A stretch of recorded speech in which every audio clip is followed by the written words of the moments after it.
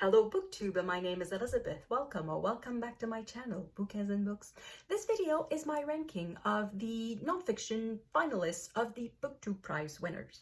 Just a few minutes ago, I filmed myself reacting to the live announcement. I don't know how good that video is, so I'm probably going to use just a little clip of it.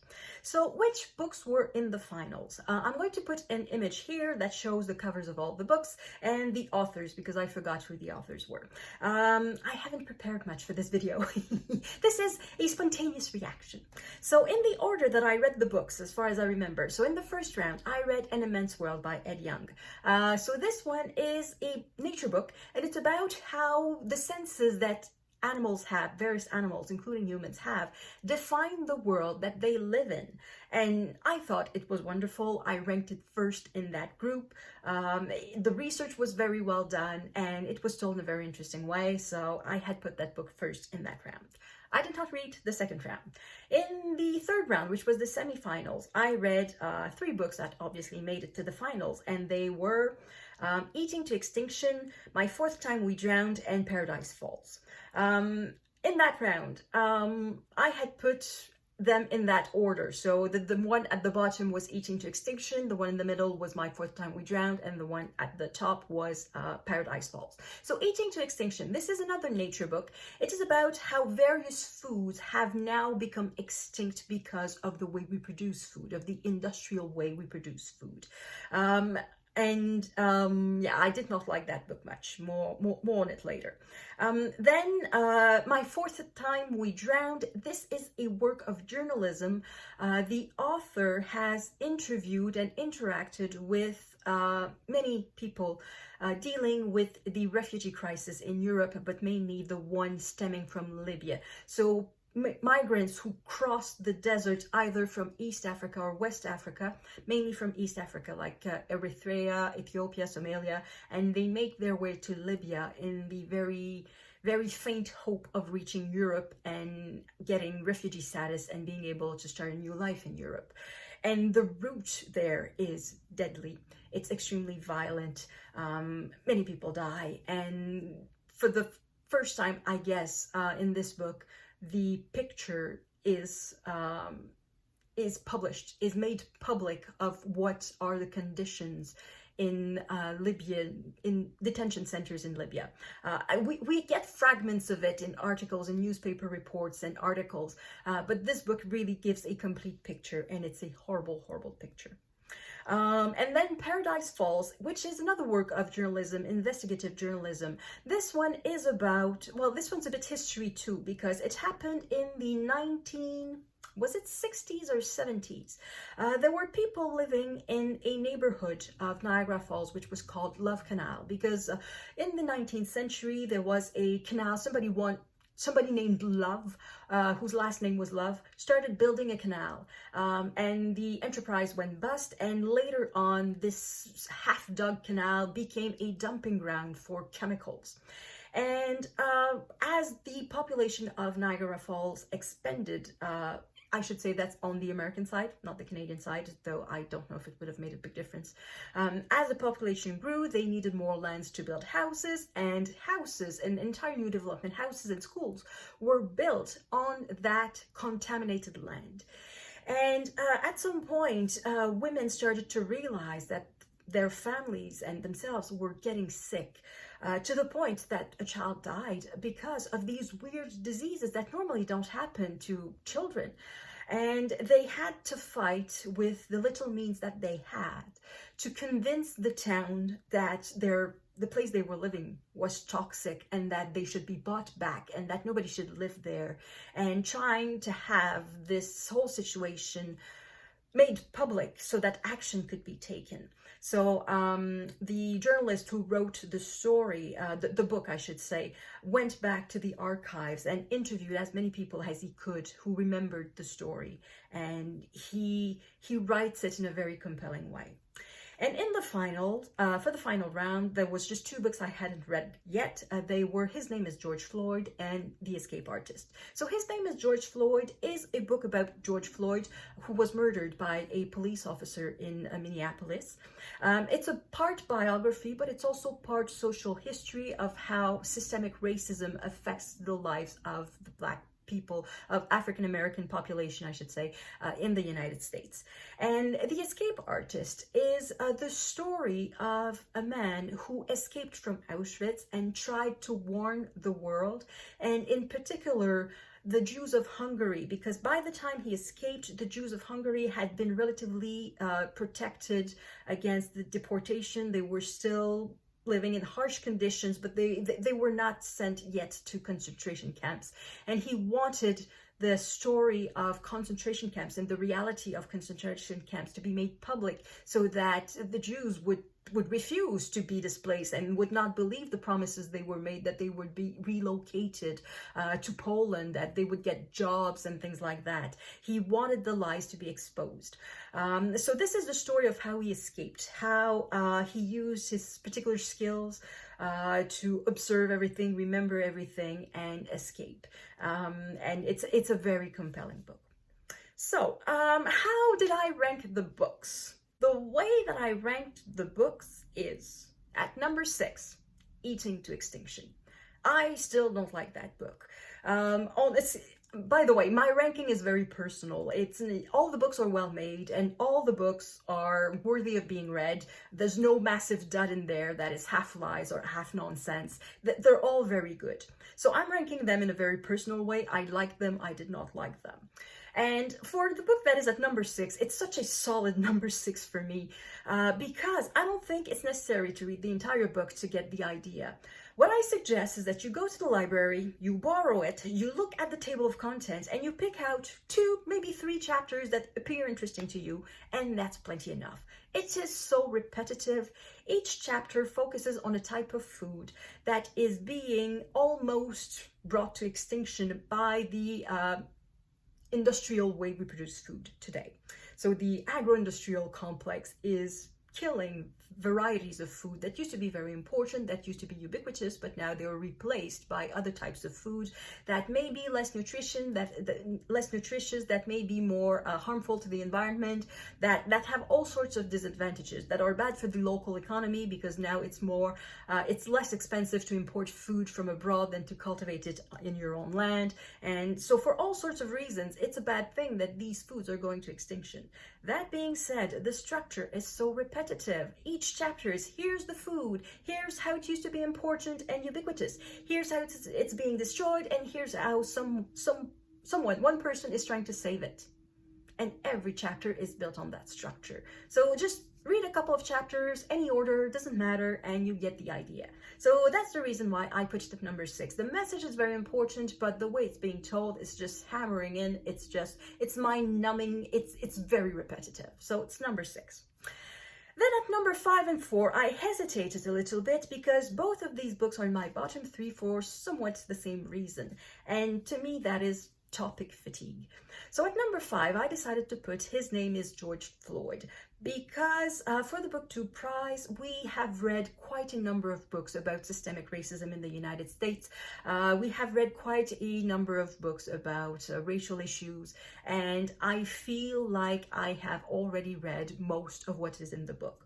The part that is the biography of George Floyd, I think that was the most interesting, because that was the one thing that was most particular to that book, as opposed to all of the other issues about the incarceration of Black people, the systemic racism in housing, in food stamps, or the social net that is trying to catch the most vulnerable people, healthcare system. So all of these aspects I have already read elsewhere, and perhaps in a more complete way elsewhere. So that's the reason why I decided to put that one at number 5. At number 4, I put The Escape Artist. There's a lot of World War II books that are being written at the moment. And the reason is that some archives are being opened just because it's been 75 years since the end of the war, going on 80 years now. So many archives are being opened. And also because we are in the last years to get the testimonies of survivors, because it's been almost 80 years since the end of the war. So that means that any witness to the war is in their mid-80s at the very least, and more likely in their mid-90s, if not more. So we are in the very last few years that we can still get new information from witnesses about World War II, and that's one of the reasons why we have so many books about the topic. And also, it's a very fascinating topic. But the topic of Auschwitz has been written about, and I've read quite a bit about it, so for me it was a bit of topic fatigue. That being said, if you have never read anything on the subject, I do recommend The Escape Artist. It is very good because this is the story of a Czech inmate, I guess. He had tried to escape even before getting there. He tried to escape more than once. His mind was made up even before he got there. He had to leave. And he had been posted to various places in Auschwitz. He managed to get a complete view of the camp before he escaped. So when he escaped, he was able to give a complete picture of the situation, which was not something other escapees could have done and had done, because he was not the first to escape. He was one of the very few who did, and did it successfully. But there's an amount of luck in his success. He relied on other prisoners' attempts. Once he was out, he needed to ask for help. He was with another companion, and they both needed food and shelter for the night, and they just basically asked the first person they saw, and it so happened that this person was not a Nazi collaborator, that person was working with the partisans. And it happened a couple of times after too, so in a way they got very lucky. So it's skill, yes, but it's also a lot of luck that they survived. But it makes a very, very good story. But for the reason that for me, I've read a lot on the topic, I decided to push at number 4. And yes, I'm not going to comment about how they ranked in the end. So that was my number 4. At number 3, I put My Fourth Time We Drowned. And I have to admit that I thought this is the book that would win. I thought it would be the book that had the most consensus about it. So this is about the story of refugees trying to escape Africa and reach Europe through Libya. And it's a heartbreaking book. You read the stories of people who are sold basically into slavery, women who get raped, people who are used, who are being tortured so that their family will send money. And then the success rate once they reach Europe, it's not said, but I assume that many of them are simply sent back because they are not recognized as being refugees. And some of them who reach Europe find that it's not all that they thought it would be. They are lonely, they don't have any friends, they find adapting to this new society very difficult, and they carry their trauma from spending so much time in Libyan detention centers. So it's a very hard book. And there's no particular reason I put it at number 3 behind the other two. It's that the other two I kind of loved. I have little coup de cœur, as we say in French, and that I don't necessarily have for My Fourth Time We Drowned. But I really thought it would win. I really thought this is a worthy book. It reads very well. The research is well done. It's very compelling, and I really thought this was a Booktube Prize kind of book, and I thought it would end at number 1. And now I said I wouldn't comment on how they ranked, but it didn't win. So anyway, at number 2.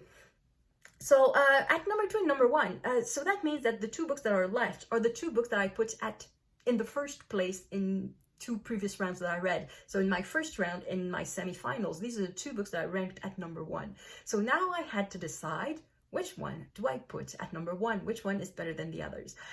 Both of them are extremely good. In both cases, the research is awesome. In both cases, it led me to think a bit outside the box, to expand my knowledge, and I really liked both of them.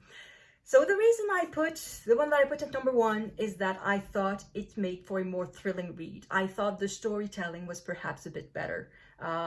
So the one that I put at number 1 was Paradise Falls. So that means I put An Immense World at number 2 and Paradise Falls at number 1. Both are excellent. I love them both, and yeah, both are worth reading, and I don't care in which order they come out. And I think I'm going to choose this moment to insert a little clip of myself reacting to the announcement. So hopefully you can hear the sound. If you cannot hear the sound from my computer announcing the winners, I'm just going to perhaps do a voiceover or something. I'll figure something out. So here's a little clip of me reacting. In nonfiction, the 2023 winners are, in third place, our bronze medal goes to The Escape Artist. The Escape Artist, okay. Freedland. In second place, our silver medal goes to Paradise Falls. Paradise Falls, second place. And our gold medal for 2023 goes to An Immense World! Oh! Oh, I'm happily surprised. It's a nature book, that one, and not a social issue. So, if you heard the sound on the video, the top 3 ended up being The Escape Artist, which I put at number 4, but I think it's a worthy number 3, Paradise Falls at number 2, and An Immense World at number 1. And I cannot say that I'm surprised by the top 2. I thought these were the best 2 books. And The Escape Artist is very, very good. As I said, it's just, for me, it's a bit of topic fatigue. The surprise is more that my 4th time we drown is lower. I really thought there would be a consensus on that book, so maybe not. Apparently not. But I'm glad that there is a consensus on Paradise Falls and An Immense World that are at the top 2. An Immense World, it's the first nature book that wins the Booktube Prize. And in the previous, I think it's the 4th year that there's a nonfiction division. And in the previous 3 years, it had always been social issues at the top. So the first year, the first winner was by Chanel Miller's memoir, Know My Name by Chanel Miller. She was talking about her experience with the justice system after having been sexually assaulted by a star student at Stanford. I think it was Stanford University. So she talks about that. It's a very moving memoir. So it's about social justice, I guess, sexual assault and women's rights and how the courts are treating women. So it's a very topical issue. It's a social issue.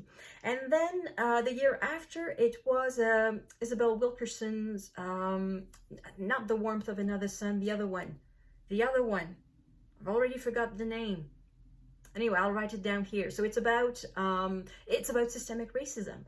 And the 4th, Caste. There we go. That's the name, Caste. It's comparing the situation of African-American people in the United States to the caste system in India. So that was a comprehensive portrait of race issues in the United States. And then last year, it was, again, a book about racism. It was, I forgot the name. I have the book on my shelf just in the other room. Anyway, I'll write it down. So again, it was about how race relations and how slavery is taught in the United States, how it is portrayed in various places, whether it's through in plantations, at historical landmarks in the United States, or through various institutions. So that was, again, a social issue. So I was sure that it would be a social issue winning this year. But it's a nature book. It's a science book. And Paradise Falls is also largely a science book. So I'm very, very happy that this is the top 2. I'm very glad. So this is my reaction for the Booktube Prize. Soon there will be a call for judges for next year. You can volunteer for fiction, for nonfiction, or both. You don't have to volunteer for every round. You can just choose the rounds that you will volunteer in, whether it's the first or the last, or just one round. It's going to help. Let me know in the comments if you've participated in the nonfiction division, if you've read some of these books. Let me know what you think of them, and let me know if you agree with the winners, and let me know anything you want to tell me about the Booktube Prize. I just love the Booktube Prize. So thank you everyone for watching. Thank you, Robert, for organizing the Booktube Prize, and I will see you in the next video. À la prochaine.